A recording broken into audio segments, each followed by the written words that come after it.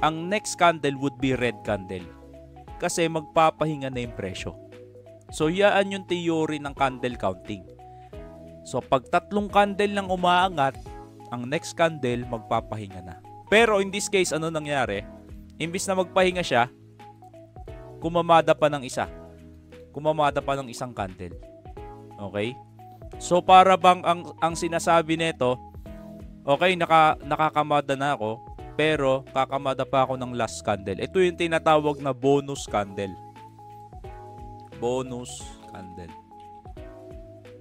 Okay? At pagkatapos niyan, syempre expected mo na hindi naman laging Pasko. So, ano nangyari? Nagkaroon ng red. Okay? And then, take note guys ha. Ito, premium lesson na naman.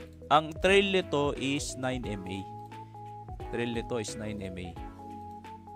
So, hindi ko na i-in-depth kasi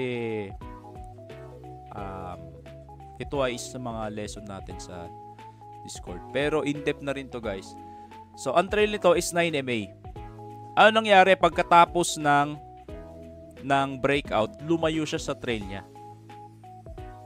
So, para masustain niya yung trail niya, kailangan niya bumalik sa trail niya. Okay? So,